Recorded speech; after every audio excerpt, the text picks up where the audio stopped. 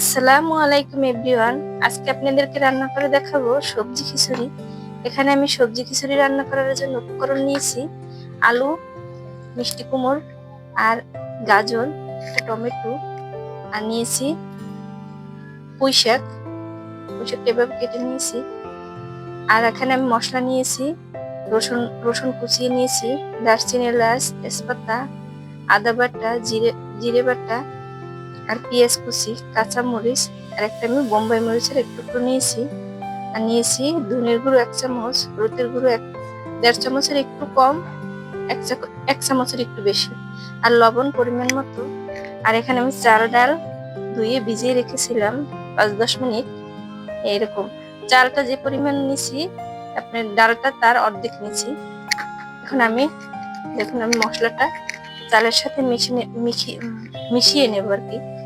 ধনের গুঁড়া, হলুদের গুঁড়া, লবণ আর জিরে বাটা, আদা বাটা আমি আন্দাজ করে নিয়েছি।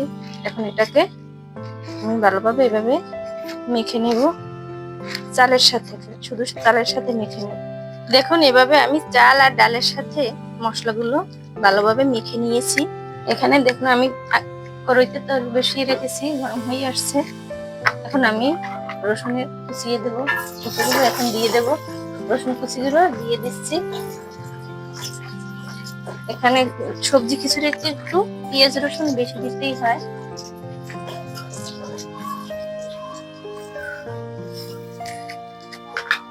এবার এটাকে আমি ভেজে নেব, একটু লালচা করে নেব, মানে কাঁচা গ্রানটা যাবে আর একটু ফ্লেভার বের হবে।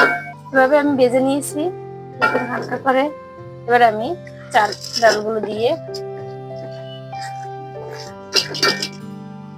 এটাকে আমি ভালোভাবে কষিয়ে নেব আর কি, ভেজে নেব, কষিয়ে নেব। এভাবে দেখুন কিছুক্ষণ কষিয়ে নেওয়ার পর এবার আমি সবজিটা নিয়ে আবার কষিয়ে নেব কিছুক্ষণ। সবজিগুলো দিয়ে দিচ্ছি। এখন আমি এটাকে এবার কষিয়ে নেব। দেখুন আমি কিছুক্ষণ অনেক সময় লেগেছে, 5-10 মিনিট তো লেগেছে। এভাবে কষিয়ে আমি অফ ক্যামেরায় নিয়েছি। দেখুন এভাবে কষানো বুঝবেন, এইরকম তেল বেরিয়ে আসবে, একটা গ্রানও আসবে ভালো, তখন বুঝবেন কষানো হয়ে গিয়েছে।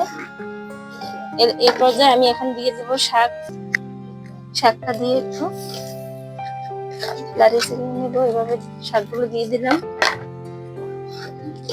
শাকটা দিয়ে এভাবে কিছুক্ষণ একটু লাড়িয়ে চাড়িয়ে নিলেই হবে। তারপরে আমি এখন দিয়ে দেব জল, পানি, মানে পানিতে গরম পানি নিয়েছি,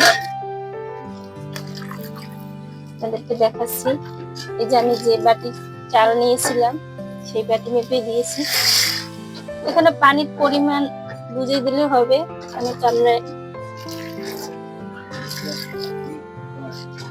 পানি দিলে দেখাচ্ছি আপনাদেরকে। দাঁড়িয়ে দেখতে হবে কতটুকু দিয়েছি পানি, আর একটু দিতে হবে।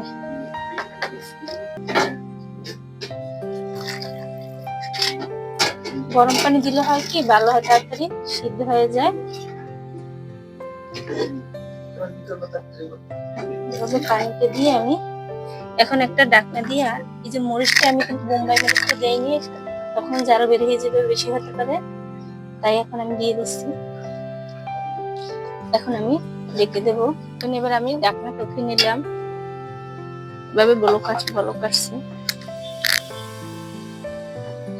এখন আমি লাড়িয়ে নিচ্ছি। এরকম সিদ্ধ হচ্ছে, আর একটু সিদ্ধ হতে হবে চালটা। এখন ভাতটা একটু সিদ্ধ করে নেব, আর কিছুক্ষণ রান্না করলেই হয়ে যাবে। আমি কিছুক্ষণ রাখবো, চালটা আর একটু সিদ্ধ হতে হইবে। এবার আর ডাকবো না। এখন আমার রান্নাটা হয়ে গিয়েছে। এভাবে রাখবো, কারণ সবজি দিয়ে তো, তাই এটা নামালে আর একটু শক্ত হয়ে যাবে। এভাবে নামিয়ে নেব। এভাবে রান্না করে খেয়ে দেখবেন এবং আমার কমেন্ট করে আমাকে জানাবেন, এবং আমার চ্যানেলটা সাবস্ক্রাইব করবেন এবং আমার পাশে থাকবেন।